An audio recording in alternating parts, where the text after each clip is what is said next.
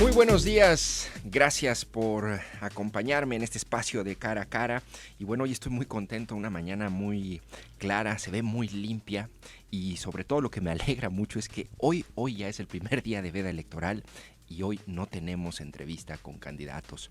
Estos 3 días van a ser de reflexión para después el domingo ya emitir tu voto y bueno, esto tampoco implica que ya no haya noticias, hay muchas más noticias, información para analizar y justamente vamos a hablar, te adelanto, de la vacunación en Zapopan y el proceso que tienes que seguir porque es el modelo de vacunación Jalisco, como le llama el gobierno del estado, que implica un registro en 2 plataformas. También te comparto cómo van los avances de vacunación en las principales entidades del país, cuánto lleva la Ciudad de México de personas vacunadas y cuánto Jalisco. Te vas a sorprender con el dato. Te doy también alguna información de servicio sobre los tiempos que deben pasar entre la primera y segunda dosis para cada una de las vacunas que se están aplicando aquí en el país y en Jalisco. Y pues bueno, esto es parte de la información que te voy a compartir, además de una entrevista con el epidemiólogo y doctor en salud pública Carlos Alonso Reynoso para hacer un balance de las campañas, en qué momento de la pandemia estamos y si las campañas, los actos masivos tuvieron o han tenido alguna repercusión en la alza de casos y defunciones por COVID-19. También vamos a comentar un caso particular que nos llevará a uno general y es José María Martínez, un morenista. El periódico Mural reveló ayer que está ya pensionado a sus 49 años por el IPEJAL, pero además va en la segunda posición plurinominal para diputado local. Y pues este es un tipo de pensión VIP, es decir, una pensión dorada con una cantidad, te la voy a compartir en este espacio, que la verdad, si comparamos con lo que ganan otros o el promedio de la población, pues es mucho dinero. Son 107,000 pesos al mes lo que recibe de pensión desde el año pasado. Vamos a discutir también este tema y al final una entrevista que me interesa mucho con Ana Karina González. Ella es enfermera del IMSS, estuvo asignada en la clínica 110 y allí recibió un reconocimiento nacional por su desempeño durante la pandemia. Vamos a hablar con ella para que nos comparta su historia y bueno, 2 preguntas que tengo. ¿Cuál habrá sido para alguien como ella que estuvo en la primera línea de batalla el momento más difícil, más crítico de la pandemia, pero también cuál habrá sido el momento más gratificante? Esto es lo que tenemos hoy en Cara a Cara, son las 9 de la mañana con 8 minutos. Yo soy Jonathan Lomelí, te recuerdo el teléfono de WhatsApp 33 18 80 76 41. Escríbeme tus comentarios, tus dudas, también en mi cuenta en Twitter e Instagram, @JNLomelí. Comenzamos Cara a Cara. Cara a Cara, el ángulo de la noticia. Iniciaremos la vacunación este lunes 7 de junio para este grupo de personas, la segunda dosis de la marca AstraZeneca. Es importante, para evitar aglomeraciones y filas, que se inscriban en la plataforma Jalisco, que es vacunación.jalisco.gov.mx. En esta plataforma te saldrá el día, el lugar y la hora de tu cita. Evitemos aglomeraciones. Todas las personas registradas tienen la seguridad de su vacuna. Vacunación en Zapopan con AstraZeneca. En los últimos días hubo muchas inquietudes y dudas del auditorio sobre cuándo iba a llegar esta vacuna. Bueno, ya la tenemos y el proceso de vacunación comienza para aquellos mayores de 60 años a partir del próximo lunes. Y hay algo que debes tomar en cuenta en esta ocasión. Se está ya aplicando lo que se denomina el modelo Jalisco de vacunación, que no es otra cosa más que un doble registro en la plataforma federal y en la plataforma estatal. ¿Y qué beneficios tiene este? Bueno, que ahora sí están generando citas y horarios y esto ha permitido que avance con mayor orden la vacunación. Esta segunda vacuna que se va a aplicar de AstraZeneca en Zapopan llega después de 63 días de que se aplicó la primera dosis y te reitero, es para aquellos mayores de 60 años. Esto va a comenzar el próximo lunes 7 de junio en el Auditorio Benito Juárez, este macrocentro de vacunación. Y te recuerdo, son 63 días después, cuando va a comenzar el proceso de vacunación. La vacuna de AstraZeneca, de acuerdo al manual técnico de la Secretaría de Salud, se puede aplicar hasta 12 semanas después de la primera dosis. Así es que estamos en tiempo. Ahora, ¿cómo va a ser el proceso?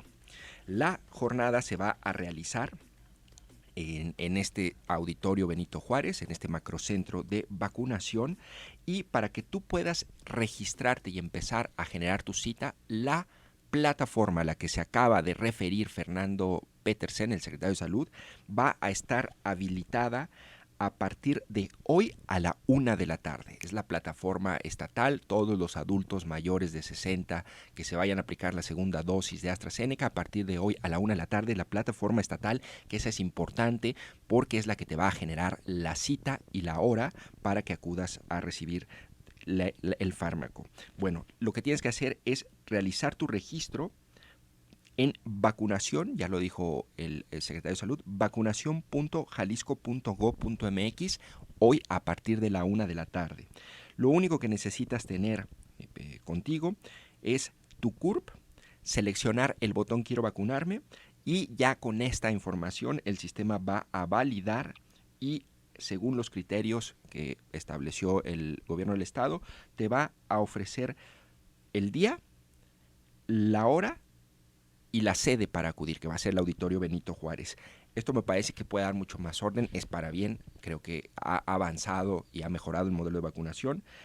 Todos los ciudadanos tendrán que presentar para recibir esta segunda dosis tu comprobante de la primera dosis de AstraZeneca, adultos mayores de 60 años en Zapopan, a partir de lunes. Si necesitas cualquier ayuda para realizar este proceso, lo puedes hacer de 8 de la mañana a 8 de la noche, solicitando información al teléfono 33 38 23 32 20. Te repito, para solicitar información sobre este proceso, llama al 33 38 23 32 20. Una vez que llegues allá al centro de vacunación, a partir del próximo lunes y que tengas tu cita, debes llevar tu comprobante, como te decía, de aplicación de la primera dosis, tu registro estatal impreso y desde luego tu identificación oficial. Y ojo, no es necesario que llegues y te formes un día antes, que llegues 2 o 3 horas antes.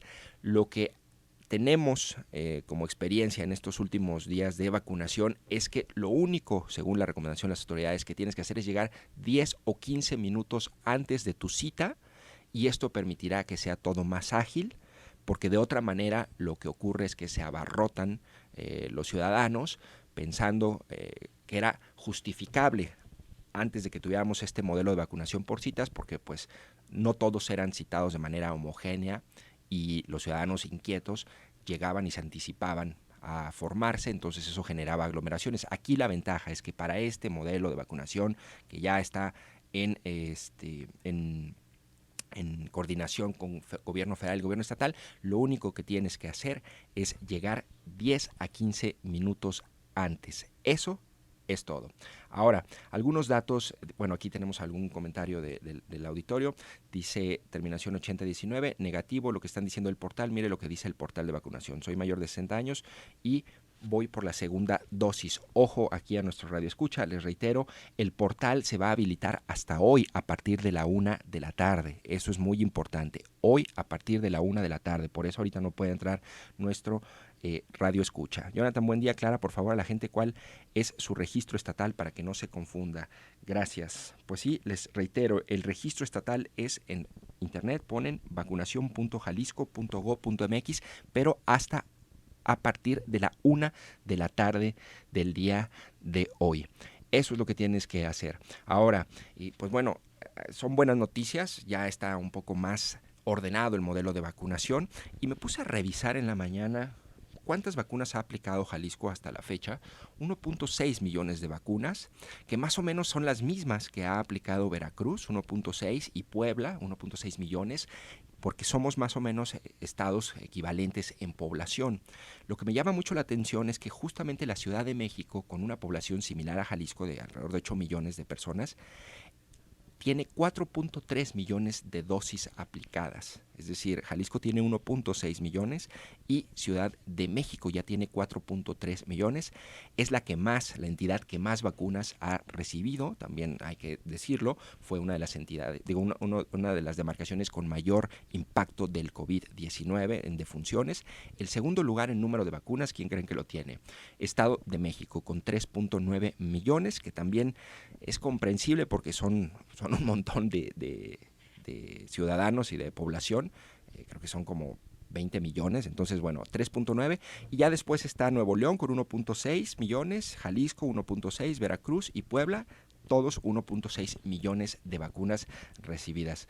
Me llama la atención que la Ciudad de México tenga tantas, pero bueno, ahí te lo dejo para que tú saques tus conclusiones, yo no voy a decir nada. Y el último dato de servicio. Te voy a decir cuánto tiempo debe pasar máximo entre la primera y la segunda dosis por cada vacuna para que lo tomes en cuenta.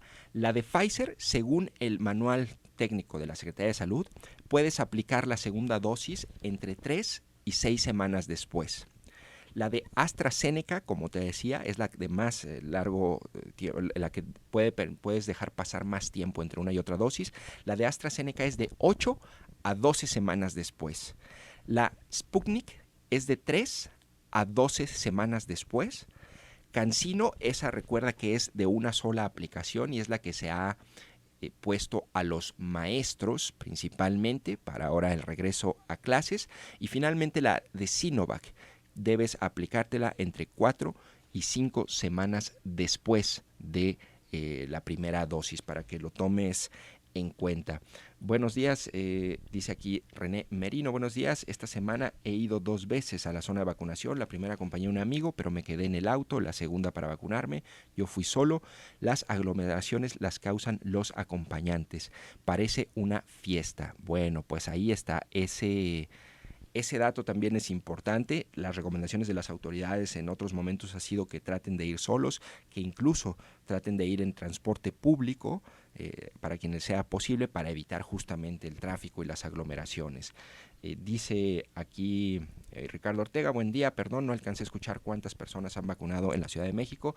En la Ciudad de México han vacunado, les comentaba ahorita, a 3.9 millones, han aplicado 3.9 millones de dosis y en Jalisco 1.6 millones de dosis. A nivel país ya llevamos aplicadas 22.6 millones de vacunas.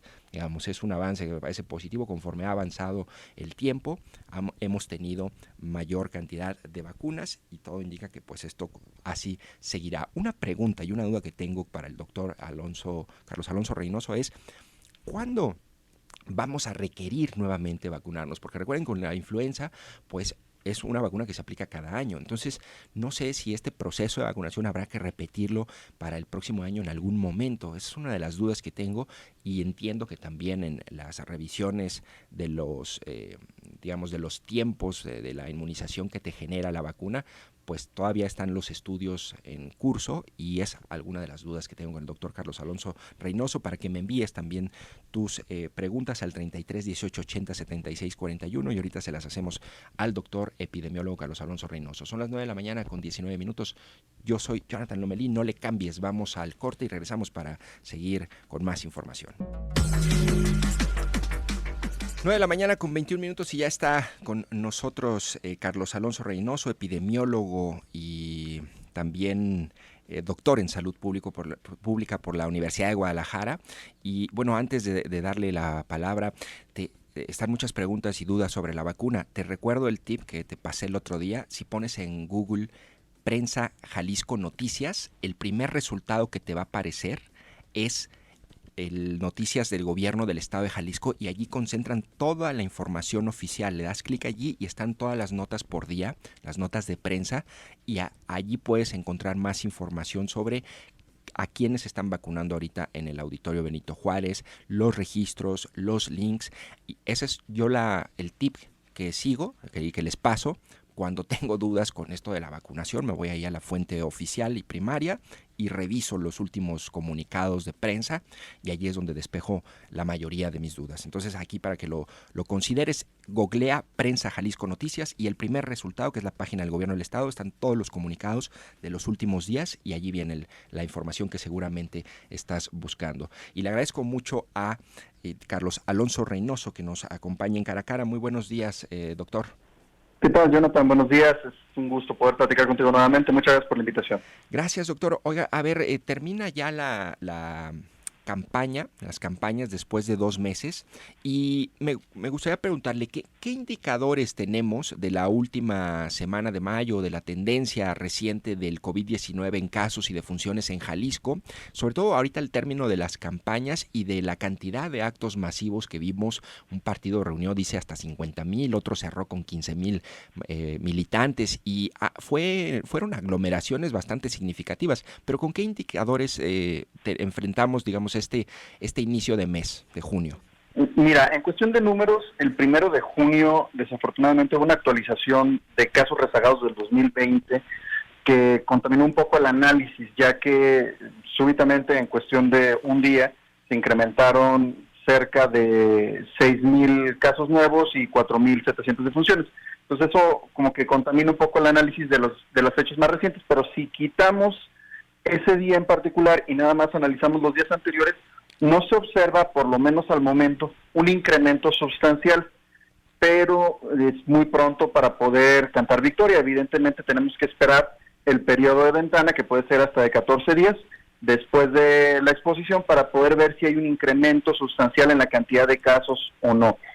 Respecto a lo que mencionas de los actos masivos, a mí me parece, y lo he mencionado en redes, que es un desprecio completo por la ciudadanía por parte de los partidos políticos. Es una negación de la realidad, una irresponsabilidad por los participantes y por los organizadores, por supuesto, más por los organizadores que por los participantes, porque están reuniendo a una gran cantidad de personas vulnerables, muchas de ellas que no están todavía en los grupos de vacunación, y sin, evidentemente, tener la sana distancia y sin el uso correcto de cubrebocas. Basta con ver un par de fotografías de los actos masivos para darte cuenta que no se cumplió con ninguna de las medidas que supuestamente se iban a seguir y que habíamos mencionado hace algunas semanas cuando iniciaron las campañas políticas. Entonces, me parece que realmente es un hecho que esto puede desencadenar más casos, más contagios, pero no los veremos sino hasta dentro de 1 o 2 semanas, que es cuando van a empezar a manifestarse clínicamente. Claro. Oye, Carlos Alonso, no sé si tengas o compartas esta sensación o esta percepción, pero, a ver, muchos filtros sanitarios ya nos están poniendo. El cubrebocas, si bien lo trae mucha gente, también es cierto que muchos ya lo han o relajan su uso. Digamos, las actividades de reuniones familiares que en algún momento, de amigos que en algún momento nos dijeron eran las que representaban el mayor índice de contagio, pues ya están con absoluta normalidad. O sea, el Canelo se casó con una boda también ahí multitudinaria. Tenemos los bares, los restaurantes. Decían el otro día, no, pues ya vamos a abrir más del 50% aforo los restaurantes. Pues bueno, en realidad eso, si tú vas a algún bar o algún corredor allí gastronómico, pues están los bares, los restaurantes, pues ya con la clientela normal. Me da la sensación, tengo esta sensación, digo, no sé cómo plantearlo que no suene irresponsable, Carlos Alonso, de que si ya no te cuidas, si ya no cumples estrictamente los protocolos, a pesar de eso, el mensaje del gobierno es que siguen bajando a nivel federal y estatal los casos y las defunciones. ¿No es contradictorio? Podría llegar a ser, pero me parece que esa es la manera en como la gente lo está interpretando, ¿no? Está interpretándolo como ya no hay problema, ya solucionamos la situación, pero debemos ser muy muy concretos. Por ejemplo, en Estados Unidos sí está habiendo más relajamiento en lo que se refiere al uso del cubrebocas, al distanciamiento social, a las capacidades que existen, pero allá tienen por lo menos el 42% de la población vacunada con un esquema completo. Tienen más de 136 millones de personas completamente vacunadas y 297 millones de dosis aplicadas. En México no tenemos ni el 10% de la población completamente vacunada. En ese sentido, me parece que debemos estar congruentes y ser conscientes de la realidad en la que nos encontramos. Sí, es un hecho, los casos no se han incrementado, tampoco las defunciones, pero eso no nos exime de que eventualmente pueda llegar a suceder. Eventualmente, y lo he sostenido durante mucho tiempo, podremos tener una nueva oleada. No necesariamente va a ser tan desastrosa como la última que vivimos, pero la existencia de esa nueva oleada es una cuestión que está de manera permanente acechando a nuestra sociedad. Y conforme vaya avanzando el tiempo y vayamos relajando más las medidas, pues más oportunidades le vamos a dar al virus de entrar y de causar algún tipo de mal. Oye, Carlos Alonso, y en el caso, por ejemplo, de la vacunación, sí ha tenido, digamos, ahorita yo daba los datos, aquí en Jalisco son 1.6 millones de vacunas, en Ciudad de México 4.3 millones aplicadas y a nivel país 22.6 millones. ¿Esto ya ha tenido o ya podríamos decir que hay un impacto para reducir los casos y las defunciones de la pandemia con este avance en la vacunación o todavía no es significativo? Pues probablemente, pero en el grupo de edad en donde se está aplicando mayoritariamente, que son adultos mayores, ¿no? Que son aquellos que se han vacunado en teoría en su gran mayoría. Hace algunos días comentaba justamente este caso con Rubén Alonso y él acaba de publicar en redes sociales un breve análisis en donde hace un comparativo del año pasado con este año en cuestión de casos y defunciones por grupos de edad y podemos observar cómo se ha desplazado obviamente la cantidad de contagios y también la cantidad de defunciones hacia los grupos más jóvenes. ¿Por qué? Porque son los que están más expuestos ahorita y porque son los que no tienen la protección de la vacuna. Entonces, nos exponemos a una situación en donde eventualmente las defunciones y los casos empiecen a incrementarse en estos grupos, tal y como ha sucedido en otras partes del mundo. No estamos exentos de esto, estamos expuestos ante el mismo virus que el resto de los países. Claro. Ahora, otra pregunta, Carlos Alonso. ¿En algún momento vamos a tener que recibir nuevamente la vacuna?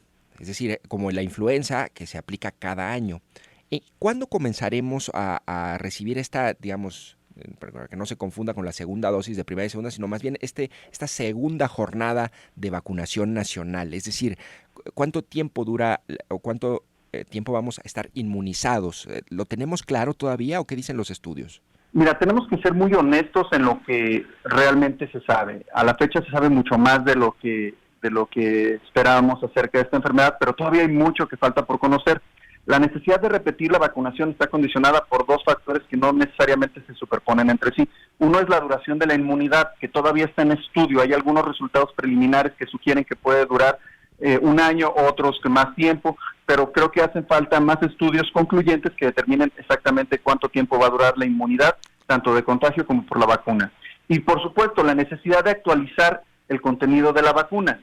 Por ejemplo, la vacuna de tétano se administra cada 10 años y como sus componentes son los mismos, sí, no hay necesidad de actualizarlos. Pero en el caso de la influenza, por otro lado, la capacidad de mutación del virus requiere que cada año nos estemos vacunando. Entonces, la hipótesis es que con un virus que no es exactamente igual al virus de la influenza, pero que tiene una capacidad de mutación muy elevada, sí, es probable que se tengan que actualizar las vacunas y que eventualmente tengamos que estar a aplicar refuerzos, pero todavía no se sabe con certeza cada cuánto tiempo o bajo qué condiciones, pero está en estudio actualmente. Claro, y bueno, pues eso implicará otra vez un gasto enorme en las vacunas, en logística, en todo lo que implica los procesos de vacunación, ¿no?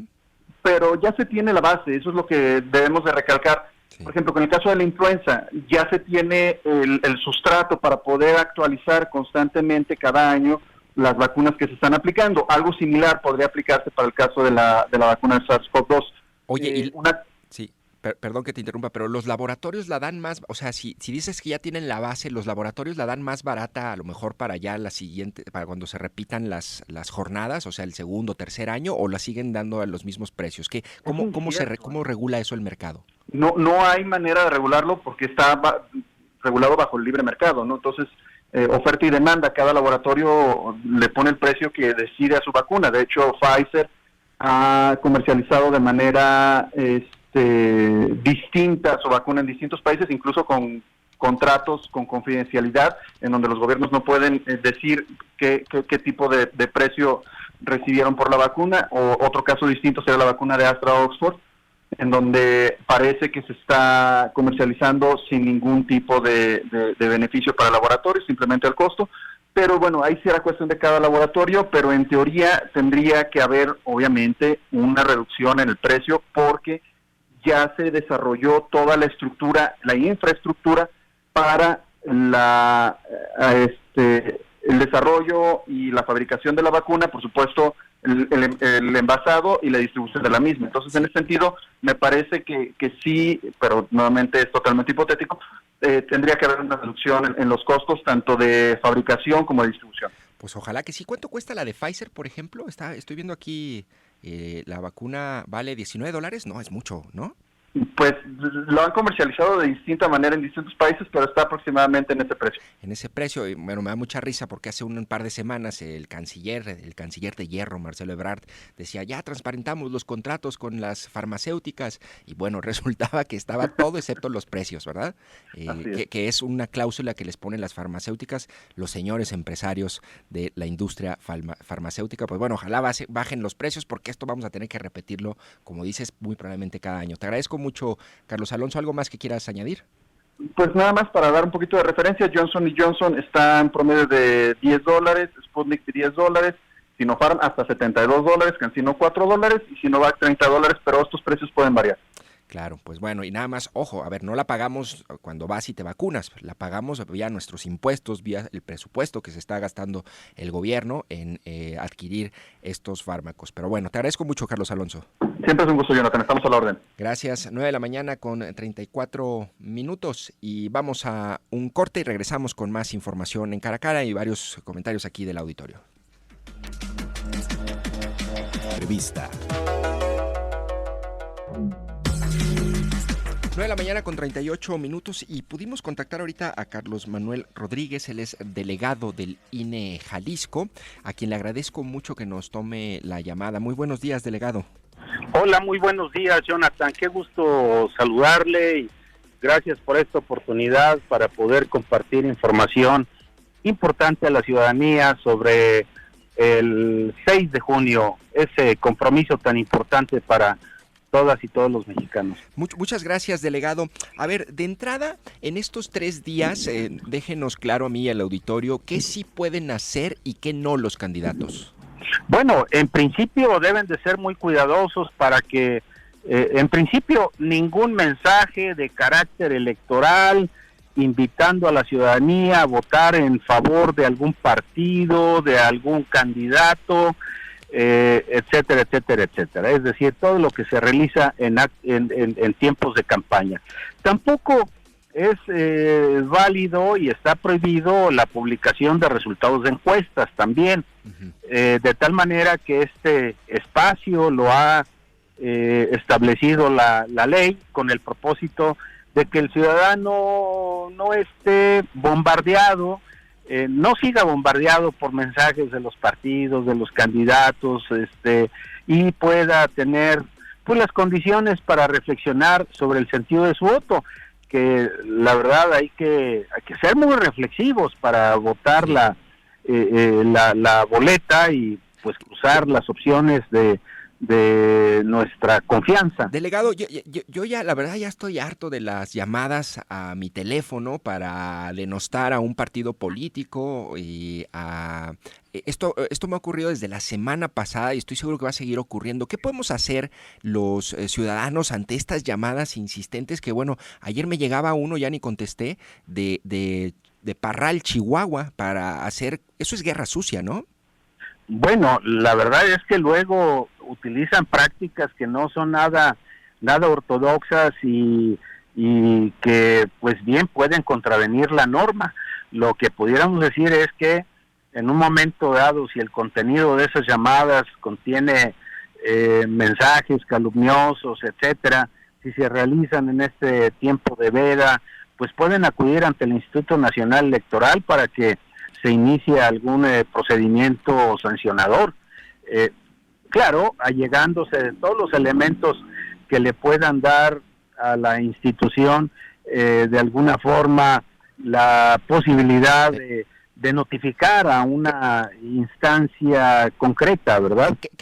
Al rato voy a ir al INE, delegado, a recoger mi acreditación. ¿Qué le llevo? Grabé la llamada y ¿qué más necesita para yo poner mi queja? Bueno, pues algún elemento en el sentido de a quién vamos a notificar.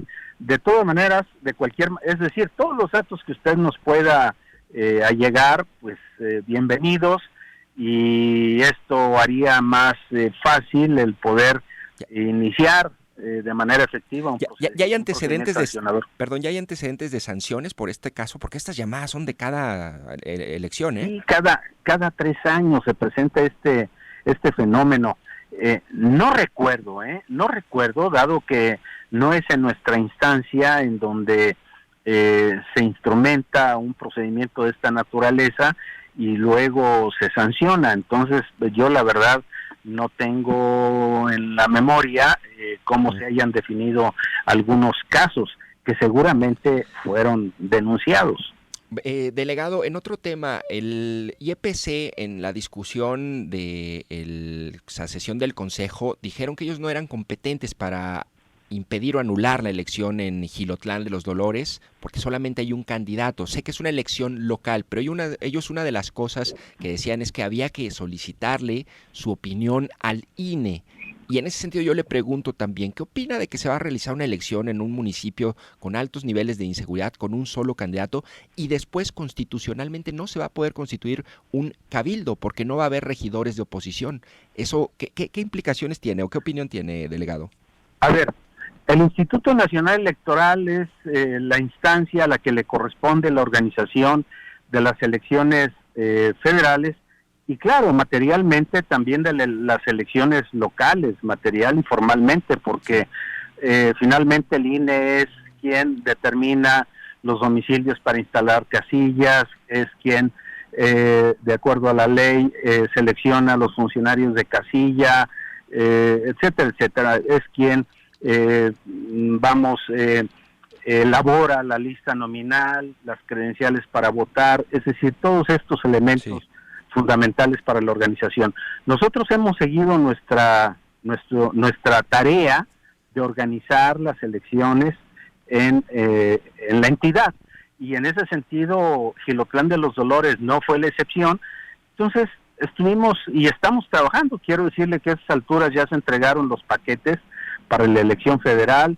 Tengo entendido que ya está en ello el Instituto Electoral y de Participación Ciudadana para entregar los paquetes para la elección municipal y para la elección de diputados. Y en este sentido, pues por supuesto que no se iba a suspender las elecciones. En todo caso, lo que habrá de suceder es que el proceso electoral continúe esta etapa de preparatoria de la jornada, se dé la jornada, y entonces sí, en el momento que la ley establece, se calificará la elección y se determinará lo conducente, si es válida o no es válida, y ya esto le corresponderá a las instancias del Instituto Electoral y de Participación Ciudadana, y ya de lo que resulte de esa resolución, bueno, pues ya podrá objetarse el resultado de esa elección, lo conocerá el tribunal. Tendrá que repetirse. Y lo conocerá el órgano jurisdiccional y ya ellos determinarán. Yo no puedo adelantar nada. Bueno, delegado, le agradezco muchísimo que nos haya compartido esta información y pues a votar el 6 de junio, todos con su mascarilla, si es posible lleven su marcador o su pluma para que haya el menos contacto posible y se realizarán todas las medidas sanitarias o algo más que deba saber el auditorio para el 6 de junio. Me quedan unos segundos, delegado. Bueno, lo que has dicho es fundamental. No olviden su cubrebocas. No podrá votar nadie que no traiga consigo su cubrebocas. Cuiden su credencial para votar, para el efecto que no se les vaya a extraviar en estos días. Y bueno, yo desde aquí quiero mandar un reconocimiento a las jaliscienses y los jaliscienses, a los ciudadanos que aceptaron integrar las mesas directivas de casilla. El día 6 de junio la elección estará bajo el control de las ciudadanas y ciudadanos aquí en Jalisco. Muchas gracias, delegado. Le agradezco que nos haya tomado la llamada y pues bueno, no le cambies. Vamos a un corte y regresamos para platicar con Ana Karina González. Ella es enfermera que recibió un reconocimiento nacional, enfermera que atendió el COVID-19, está atendiendo el COVID-19 en la clínica 110, es jalisciense y ayer fue reconocida por el director general Zoé Robledo del IMSS por su desempeño en la pandemia. Cara a cara, la entrevista. Bueno, ya está con nosotros en la línea Ana Karina González Ruiz. Ella es enfermera del IMSS en la clínica 110 y fue galardonada con el premio Jesús Cumate Rodríguez a líderes de equipos COVID-19 este pasado 14 de mayo en el marco de la ceremonia institucional por el Día Internacional de la Enfermería. Ella es egresada de enfermería de la Universidad de Guadalajara, está en el instituto desde 2009 y bueno, durante la pandemia estuvo al frente del Centro de Distribución de Insumos para la Salud de la Clínica 110 y te agradezco mucho, Ana Karina González, que me tomes la llamada. Buenos días, ¿cómo estás? Muy buenos días, Jonathan. Gracias a ti por haberme invitado. Oye, Ana Karina, pues bueno, primero felicidades por tu reconocimiento, pero también me gustaría preguntarte, ¿cuál fue el momento más difícil de la pandemia, más crítico que recuerdes? ¿Y cuál fue el momento más gratificante en tu experiencia, Ana Karina? Okay, el momento más difícil es cada vez que una persona se va, cada vez que no logra vencer al COVID-19. Ha habido muchas defunciones y cada vez que una persona pierde la batalla contra la enfermedad es un momento muy, muy difícil, muy triste. Ver cómo se incrementó el número de defunciones en gente a veces muy joven, que no tendría razón para haberse ido, pero bueno, se tuvieron que ir. En el mes de enero, que fue nuestro punto más terrible, con mayor número de casos, el miedo a no lograrlo, a que se fueran a acabar los espacios, a que no hubiera una cama disponible, un ventilador o un insumo. Afortunadamente no ocurrió y no llegamos a ese estado tan crítico. Siempre hubo algo que ofrecer al usuario, pero el miedo a no poder, eso fue una situación muy difícil.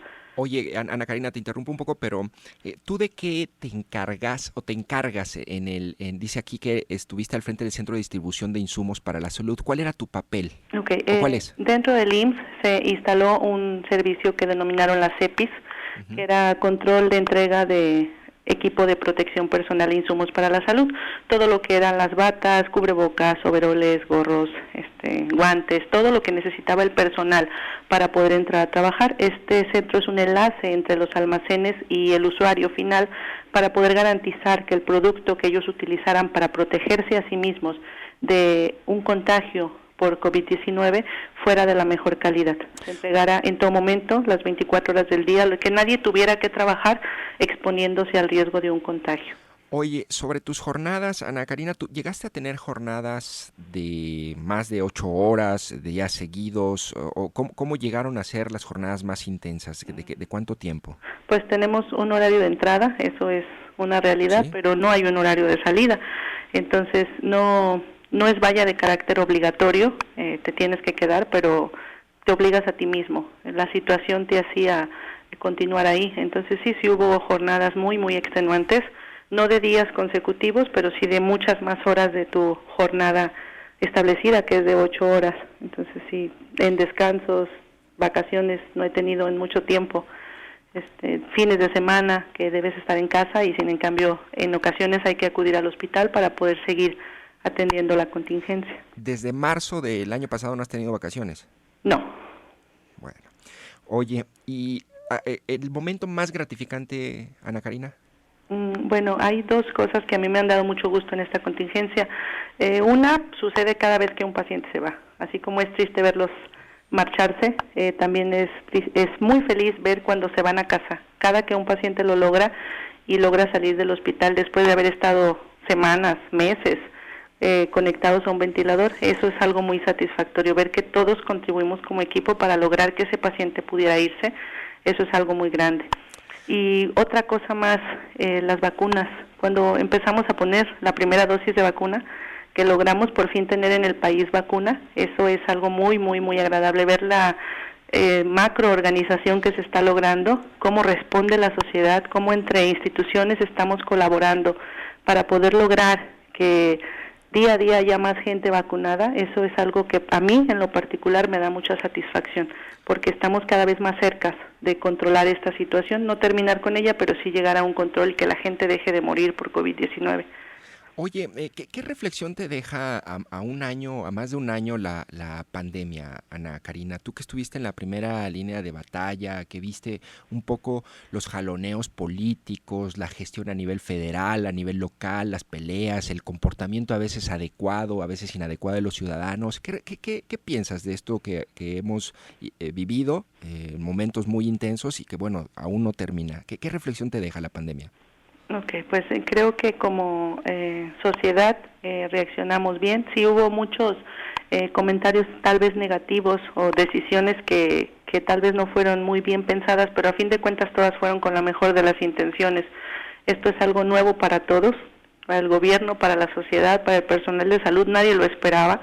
Entonces creo que no nos fue tan mal. Creo que pese a todo, pues vamos saliendo, decisiones malas o buenas, pero se cambiaban a fin de cuentas y se lograba tener el resultado que se quería. Creo que no nos ha ido tan mal. ¿En algún momento tuviste falta de insumos, de equipo o de apoyo de parte de la institución? No, estuvimos a punto, pero no tuvimos. Al principio fue lo más difícil, en marzo, cuando no llegaba en las cantidades necesarias. Uno quisiera tener mucho, ¿no?, para poder dar todo. Nunca llegamos al punto de que alguien tuviera que trabajar sin equipo de protección. Sí bajamos mucho los niveles, teníamos poquito, pero luego ya cuando estábamos en el último momento volví a llegar y afortunadamente, por lo menos en mi institución, siempre hubo material disponible para que todos pudieran entrar a trabajar. Bueno, estamos con Ana Karina González Ruiz. Ella es enfermera de la Clínica 110, se encargó del centro de distribución, o se encarga del centro de distribución de insumos para la salud. Para la salud. Ella fue reconocida por su desempeño en la pandemia de COVID-19. Recibió el premio Jesús Cumate Rodríguez. Ana Karina, te quiero hacer una pregunta. Hace un momento, al inicio del programa, dije que uno de los candidatos a diputados plurinominales está pensionado a sus 49 años con 107,000 pesos al mes. Revisé tu nómina en el gobierno federal y es un sueldo modesto y el trabajo que has hecho es enorme. ¿Puedo decir tu sueldo al aire? Sí, sin problema. Bien, 10,200 pesos menos impuestos. Así es. Bueno, pues ese es el salario. ¿Con ese salario entraste? No, entré con un salario mucho menor porque yo he escalafonado dentro del instituto. Entré siendo auxiliar, después me convertí en enfermera general, enfermera especialista, enfermera jefa de piso y ahorita estoy como subjefa de enfermeras en un hospital COVID. ¿Y ese es el sueldo de una subjefa? Ese es el sueldo de una subjefa, así es.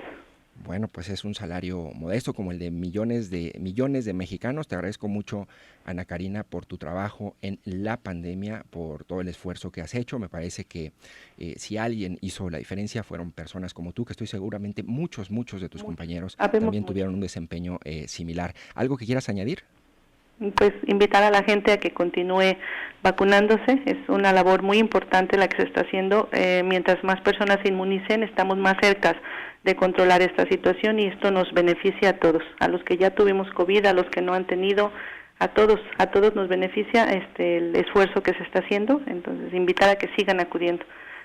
Bueno, pues te agradezco muchísimo, Ana Karina González, ganadora, ella es una jalisciense, enfermera, ganadora del premio Jesús Cumate Rodríguez, que se entrega a nivel nacional a líderes de equipos COVID-19. Y muchas felicidades, Ana Karina. Muchas gracias, Jonathan. Gracias, que tengas un excelente día. Bueno, allí tuvimos a ella, a esta enfermera de la Clínica 110 que sigue trabajando y está pues al frente de este centro de distribución de insumos para la salud.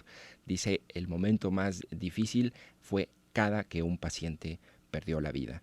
Y el más gratificante, la vacuna, y cuando alguien superaba el COVID-19. Me parece que hay historias que eventualmente tendrán que empezarse a contar y darse a conocer de mucha de los enfermeros, enfermeras, doctores que estuvieron atendiendo la pandemia mientras los políticos se peleaban, mientras capitalizaban la llegada o no de la vacuna, las medidas sanitarias y mientras muchos de nosotros, hay que ser también autocríticos, no seguíamos las medidas sanitarias. Esto pues no ha terminado, es un proceso que todavía, como ya escuchábamos al doctor Carlos Alonso Reynoso, pues seguirán las revacunaciones, eventualmente, probablemente para el próximo año, y eso es algo que pues todos nosotros debemos agradecer de parte de este personal y equipo médico que atendió la pandemia y que sigue al frente en la primera línea de batalla. Y pues bueno, te agradezco mucho que me hayas sintonizado. Yo soy Jonathan Lomelí. Si quieres escuchar el programa completo, solamente tienes que buscar en Spotify Cara a Cara, también en Google Podcast y en YouTube en la cuenta de Zona 3 Noticias. También se suben las principales entrevistas del programa. Te agradezco muchísimo que me hayas acompañado. Yo soy Jonathan Lomelí. Nos escuchamos mañana a las 9 de la mañana.